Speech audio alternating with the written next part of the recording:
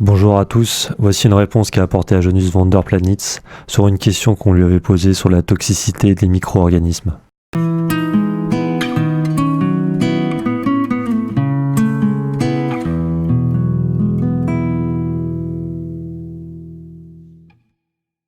Le plus grand mythe de la société d'aujourd'hui, c'est que les microbes causent des maladies. Beaucoup de gens astucieux me réprimandent pour ma détermination à ce que les bactéries ne causent jamais de maladies chez l'homme. Étant donné que les personnes très intelligentes du monde entier croient fermement à la théorie pharmaceutique et médicale selon laquelle les bactéries et autres microbes sont responsables de la plupart des maladies humaines, je dois être fou. Cet article revient à nouveau sur la phobie microbienne car bon nombre des mêmes personnes continuent d'affirmer qu'il existe de nombreuses preuves que les microbes sont à l'origine des maladies. J'espère que cet article aidera les gens à ouvrir leur esprit pour se rendre compte de l'origine des maladies humaines. Je n'ai vu aucune preuve évidente qui prouve que les microbes causent des maladies chez l'homme.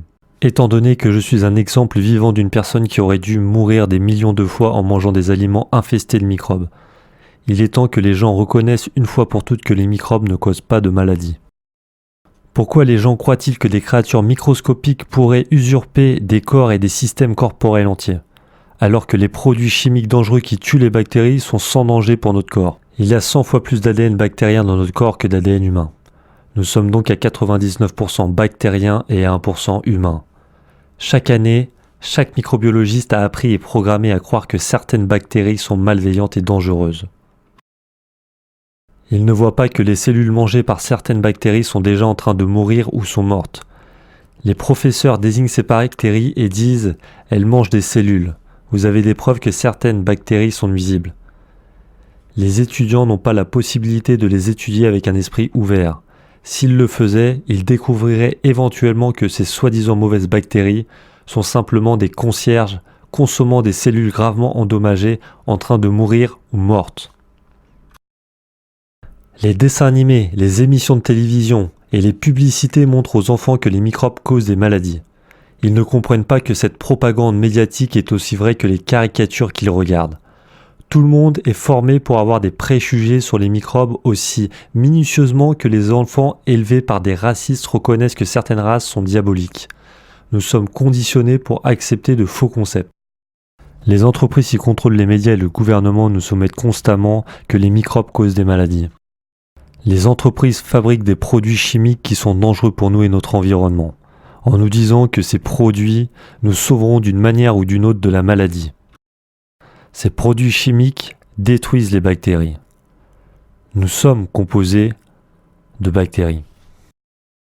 Les personnes qui vivent davantage dans la nature ou dans les fermes n'acceptent pas facilement une telle propagande, car elles voient des animaux en bonne santé lécher et manger des matières fécales les unes des autres et se développer. Les ouvriers agricoles voient-ils des animaux laver leurs sabots et leurs visages avant de manger? Est-ce qu'ils voient des animaux nettoyer leur mangeoire avant de manger? Est-ce qu'ils voient des animaux en pleine santé au milieu d'une prétendue contamination microbienne? Nous commençons la digestion dans notre bouche en infiltrant notre nourriture avec de la salive riche en bactéries. Selon de nombreux bactériologistes, nous avons plus de bactéries dans la salive que les chiens et les chats. Selon la santé ou l'absence de santé d'une personne, 80 à 90% de la digestion doit être bactérienne de la bouche au côlon sigmoïde. Les enzymes digestives, qui devraient représenter 10 à 20% de la digestion, désassemblent des grosses particules d'aliments afin que les bactéries puissent s'infiltrer et manger des molécules alimentaires. Les bactéries mangent nos molécules alimentaires. Les sous-produits bactériens, matières fécales et urine, sont notre nourriture. Pourtant, les entreprises qui peuvent se permettre de dépenser 100 millions de dollars par an en publicité nous disent que nous aurons des sourires plus éclatants, plus de sexe, plus d'amis, plus d'argent et des vies plus heureuses si nous utilisions des dentifrices antibactériens et des bains de bouche qui détruisent les bactéries digestives dans nos glandes salivaires. Quel est le rôle des départements de la santé dans ce mythe? Les départements de la santé nous bombardent de nouvelles informations, soi-disant les microbes nous attaquent. Pendant des décennies, des dizaines de milliers de cas d'intoxication alimentaire dus à Escherichia coli ont été reprochés, entraînant vomissements graves et diarrhées et certains décès. Cependant, vers 1985, Alors que de plus en plus de microbiologistes ont constaté que E. coli était un élément naturel et inoffensif de la digestion de l'intestin, la médecine et le gouvernement ont détourné l'attention de leurs reproches généraux contre l'Escherichia coli à un monstre nouvellement créé, l'E. coli 0157H7. À ce jour, je n'ai pas trouvé de virus 0157H7 dans la nature, ni dans les tristement célèbres champs de contamination des épinards de Californie, ni dans les fermes industrielles. Le seul 0157H7 que j'ai pu observer est une culture qui m'a été confiée par un professeur d'université dont la culture lui a été fournie par la FDA-CDC. Est-ce que cette créature créée par l'homme est implantée dans la société, les hôpitaux et la nourriture pour continuer à nous faire croire que notre nature microbienne est mauvaise et que les poisons chimiques industriels sont bons? L'activité microbienne pathogène dans les aliments ne provoque ni intoxication alimentaire ni maladie. Les produits chimiques agricoles industriels, les additifs alimentaires et la transformation provoquent une intoxication alimentaire. Point à la ligne.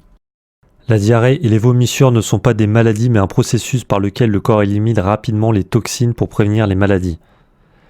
La contamination chimique provoque la plupart des cas d'intoxication alimentaire, pas les microbes.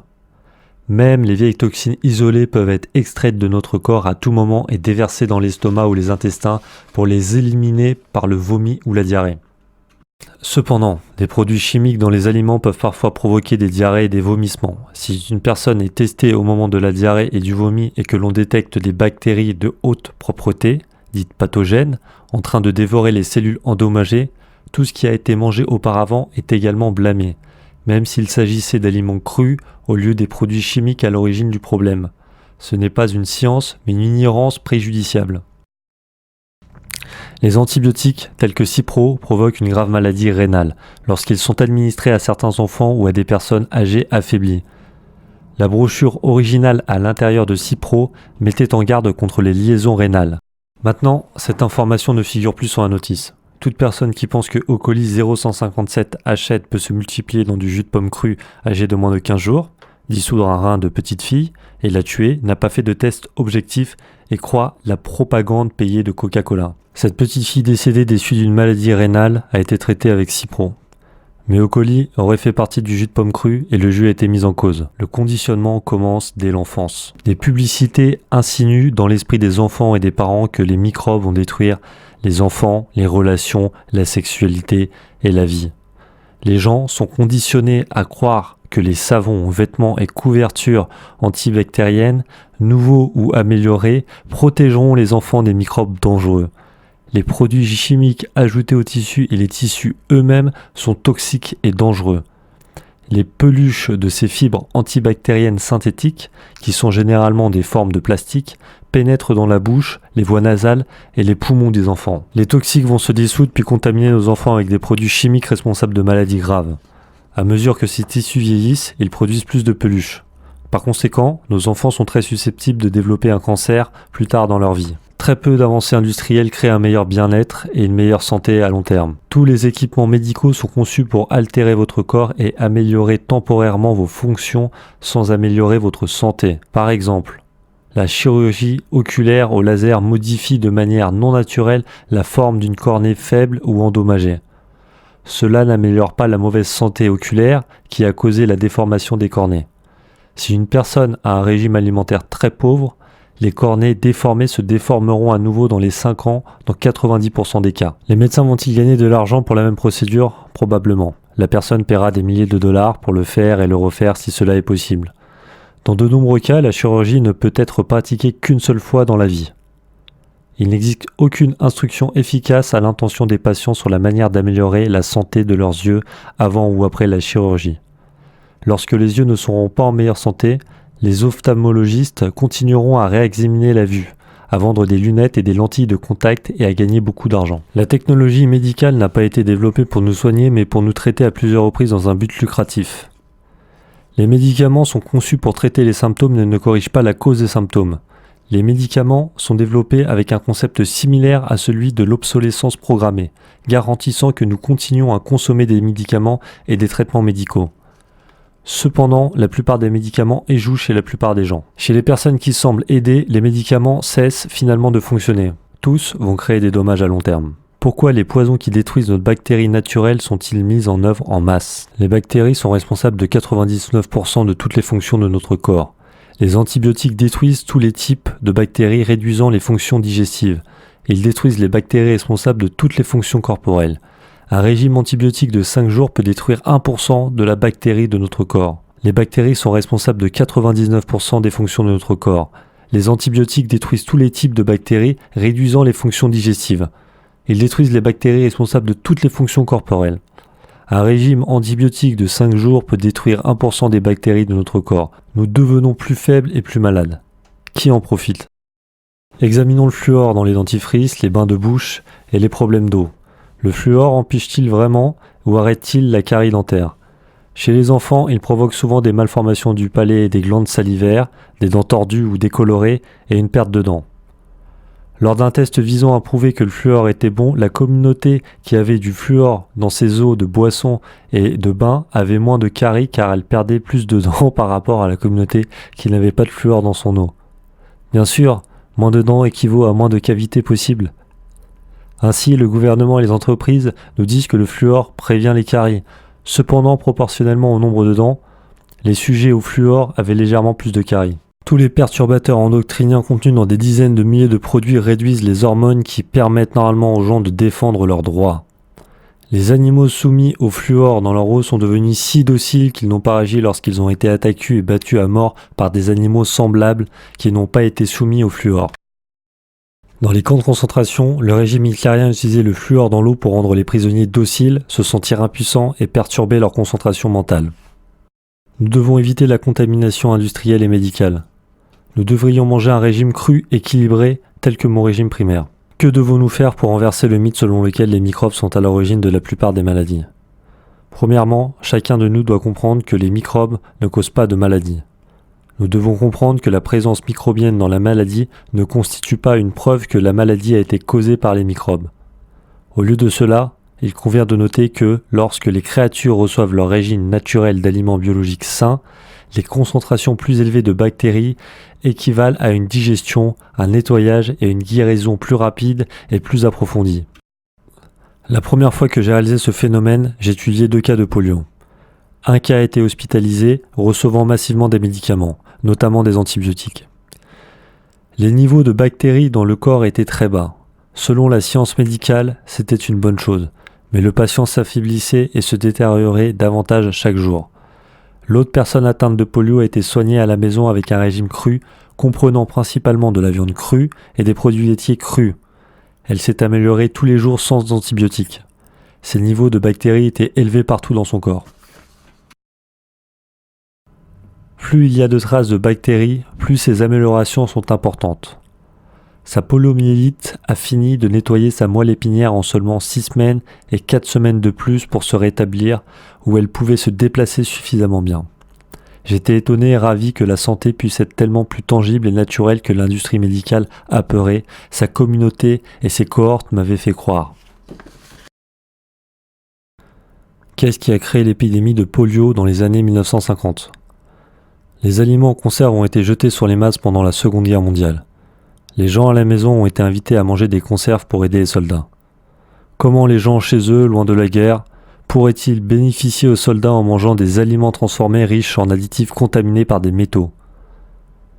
Personne n'a profité, sauf Big Food et ses investisseurs. Ma mère et de nombreuses femmes déficientes en éducation alimentaire aimaient les conserves. Ils n'avaient plus besoin de laver et couper les aliments, juste d'ouvrir la conserve et de déposer le contenu dans une casserole. La nouvelle intoxication par l'étain a entraîné des épidémies d'amygdalite et de poliomyélite. Les amygdales ont pour tâche de protéger la thyroïde et le cerveau des agressions directes de substances buccales. Lorsque l'étain accompagné d'additifs pénètre dans les amygdales, ils endommagent les cellules. Les amygdales utilisent des cellules graisseuses, lymphatiques ou blanches pour exploiter les toxines. Lorsque les tissus des amygdales sont endommagés, il en résulte une décharge de toxines dans les tissus environnants, provoquant des éruptions cutanées et un gonflement de la gorge et de la bouche.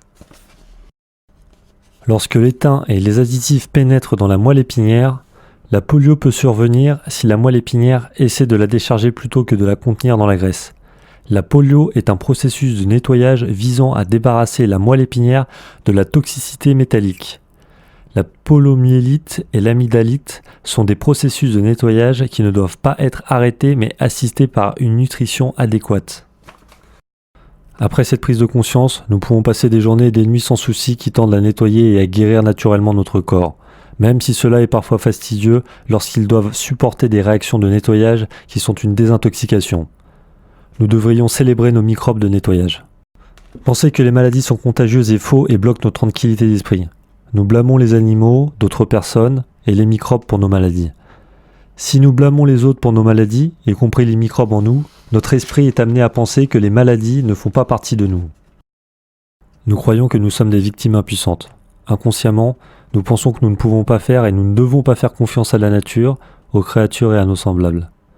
Lorsque nous croyons que quelqu'un nous a donné une maladie, nous pensons automatiquement que nous devons attaquer cette personne et notre corps pour éliminer la maladie. Tout le monde est blessé dans les guerres, y compris les vainqueurs. La réalité est que les maladies proviennent uniquement de la toxicité industrielle. Et lorsque la toxicité s'accumule, elle détruit souvent les parties ou des systèmes entiers de notre corps.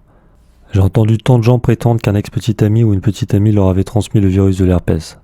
En cas d'herpès, les toxines telles que les métaux lourds se stockent dans les nerfs. Tout le monde a du métal dans ses nerfs dans nos sociétés industrielles. Nous pouvons ne pas savoir que nous avons des métaux dans les nerfs parce que nous n'avons pas de signaux. Souvent, les minéraux métalliques se regroupent et ne peuvent pas sortir facilement des terminaisons nerveuses.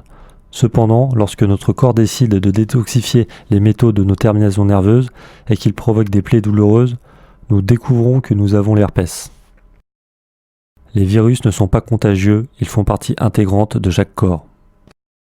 Pourquoi certaines personnes développent-elles un herpès après avoir été en contact avec une personne atteinte d'herpès ? Votre corps peut apprendre à détoxifier les terminaisons nerveuses en observant notre corps en cours de processus. Il y a un facteur climatique qui est constamment considéré comme une contagion. On pense généralement que la grippe est contagieuse parce que les membres de la même famille la contractent une à une ou tout à la fois. Voici la meilleure analogie que je connaisse. Les ours sortent de l'hibernation plutôt aux États-Unis qu'au Canada et ensuite en Alaska. Les ours sont-ils contagieux parce qu'ils apparaissent d'abord aux États-Unis, au Canada puis en Alaska ? Tous les cycles de nettoyage intense de notre corps sont périodiques, parfois saisonniers. Nos modes de vie qui nous font ingérer des métaux industriels toxiques sont responsables de l'herpès et de toutes les maladies. Nous pouvons changer nos modes de vie. Si nous avons la chance, nous pouvons vivre dans des zones rurales et sans industrie et sans contamination. Cependant, si nous ne le pouvons pas, nous pouvons éviter les aliments transformés contenant 60 000 additifs chimiques industriels différents. Nous pouvons éliminer ou au moins réduire considérablement les toxines dans nos maisons et nos bureaux. Ensuite, nous pouvons créer des environnements propices à une meilleure santé.